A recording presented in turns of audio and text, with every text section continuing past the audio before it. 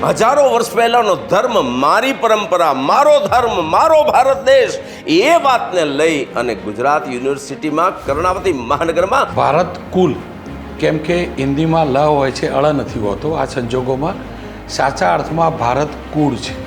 અને ભારત કુળના સંસ્કાર એ છે કે આપણે આપણા બાપદાદાઓના એ સંસ્કારને આગળ વધારવા જોઈએ. કલા, સાહિત્ય અને સંગીત એ ત્રિવેણી સંગમ જે અહીંયા થયો છે, એ વિચારોનો ઉત્સવ છે, કળાનો ઉત્સવ છે, રંગ રસિકતાનો, નૃત્ય સંગીતનો અને કવિતાથી શરૂ કરી અને વ્યાખ્યાનો સુધીની બધી જ વાતોને સમાવી લેતો ઉત્સવ છે. આપણી જે ભારતીય સંસ્કૃતિ છે એને જાણવાનો અને પ્રમાણવાનો એક સરાહનીય પ્રયત્ન છે.